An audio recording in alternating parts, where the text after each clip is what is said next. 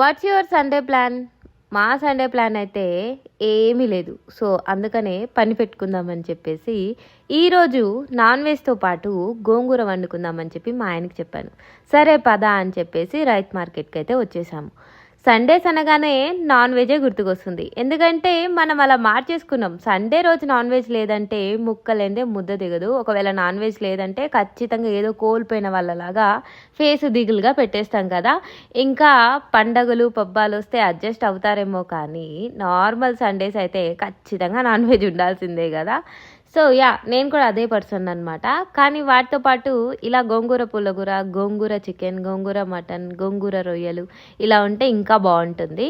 So, మీ Sunday special ఏంటి? మీ ఇంట్లో ఏం చేశారు? గోంగూర ఇలా చేయగానే అలా ఆకలేసేసింది. సో, ఆ అరోమాకే ఆకలేసేసింది బాగా.